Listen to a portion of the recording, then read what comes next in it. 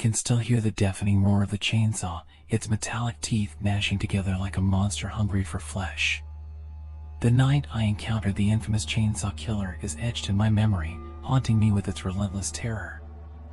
I never thought such horror could exist in our quiet little town. It started like any other evening. I was walking home, the chill of the night seeping into my bones. As I turned the corner onto Elm Street, an eerie stillness gripped the air. Shadows danced on the pavement, casting sinister shapes that seemed to mock me. A sudden gust of wind sent shivers down my spine. I quickened my pace, my heart pounding against my ribcage. That's when I heard it, the distant hum of a chainsaw. At first, I dismissed it as a figment of my imagination, a trick played by the wind. But the sound grew louder, closer, and panic seized my every thought. I tried to peer through the darkness, searching for any sign of danger. My eyes strained against the blackness, until finally, I saw him. A figure emerged, towering and menacing, brandishing a blood-soaked chainsaw. The metallic gleam of the blade sent a chill down my spine. Fear paralyzed me as I watched him approach, his footsteps thundering in my ears. I knew I had to escape, to find refuge from this deranged monster. Adrenaline coursed through my veins, giving me the strength to flee.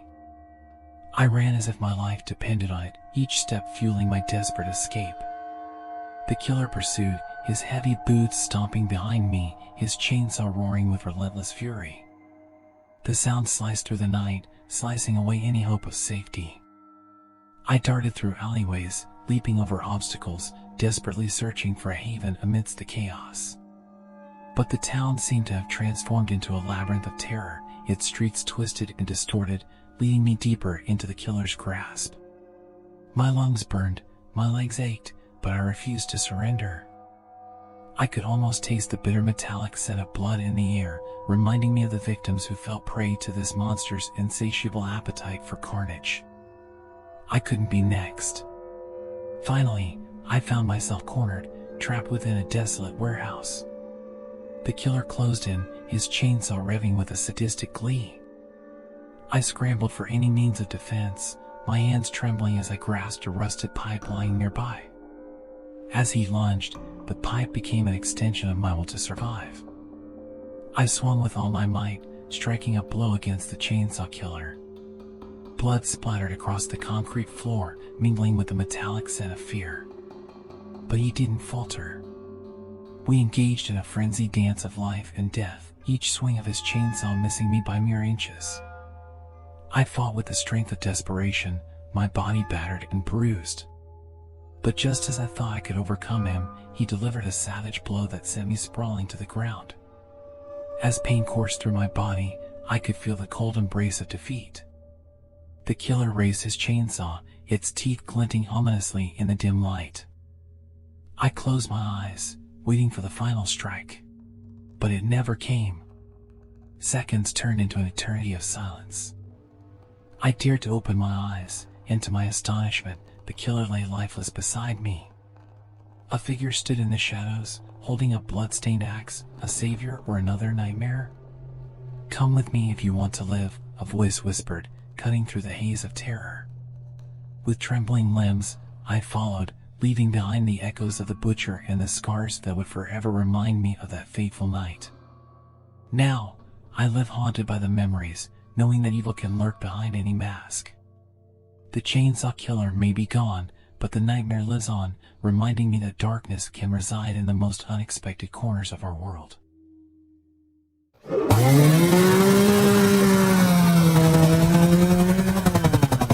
The nightmarish encounter with the chainsaw killer left me scarred, both physically and emotionally.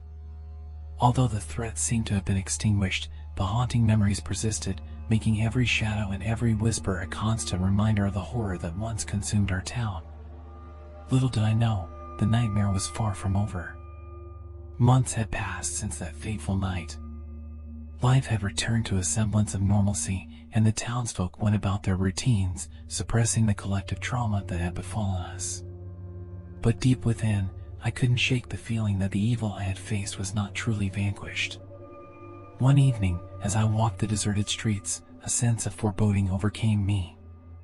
The familiar chill of anticipation crawled up my spine, and a distant, unsettling hum resonated through the stillness. My heart raced, my instinct screaming danger. As I rounded a corner, a scene of carnage unfolded before me. The lifeless bodies of innocent townsfolk lay strewn across the pavement, their final moments frozen in expressions of terror. And there, standing in the midst of the grisly tableau, was the chainsaw killer. But this time, something was different. The figure was clad in tattered garments, their form distorted and decayed. The chainsaw, once a gleaming instrument of death, now showed signs of wear and rust. It seemed as if the killer had become a vessel for the darkness itself, a twisted incarnation of the horror we had previously encountered. A surge of anger and determination surged within me. I could no longer be a passive victim. I had survived once, and now it was time to confront this evil head-on, to unravel the mysteries and put an end to the nightmare once and for all. With each step towards the killer, memories flooded my mind, images of the lives lost, the terror endured, and the courage that had propelled me forward. I felt a surge of empowerment, a flickering flame of hope in the face of overwhelming darkness. The showdown between us was fierce, the air thick with the stench of blood and the grinding of the chainsaw. The killer's movements were frenzied, fueled by a primal instinct for destruction. But I had the fire of resilience burning within me, and I fought with unwavering determination. As we clashed, the stalemate between life and death hung in the balance. I parried the killer's strikes with calculated precision, my every move fueled by the memories of those lost. The struggle was not only physical but also spiritual, a battle between the light within me and the consuming darkness. Finally, with a final decisive blow, I disarmed the chainsaw killer. The metallic teeth of the chainsaw clattered against the pavement, the once menacing weapon rendered powerless. A sense of victory washed over me, mixed with a bittersweet acknowledgement of the lives forever scarred by this ordeal. But as I stood there, breathless and victorious, a flicker of doubt nagged at the back of my mind. Was this truly the end? Or was evil an ever-present specter, ready to rear its head in another form? Only time would tell. The town would heal, scars both seen and unseen would fade, and life would go on. But for me, the echoes of the chainsaw killer would forever reverberate within my soul, a reminder that evil can manifest in the most unexpected of ways. As I walked away from the scene, the weight of the world lifted slightly from my shoulders. I carried the scars of this battle, both physical and emotional, as a testament to my strength and resilience. The chainsaw may have been silenced, but the darkness that birthed it still lingered, awaiting its next opportunity to strike.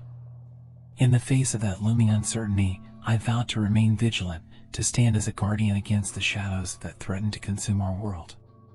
The chainsaw killer was just one embodiment of evil, but I had become a beacon of hope, a reminder that even in the darkest of times, courage and determination can prevail.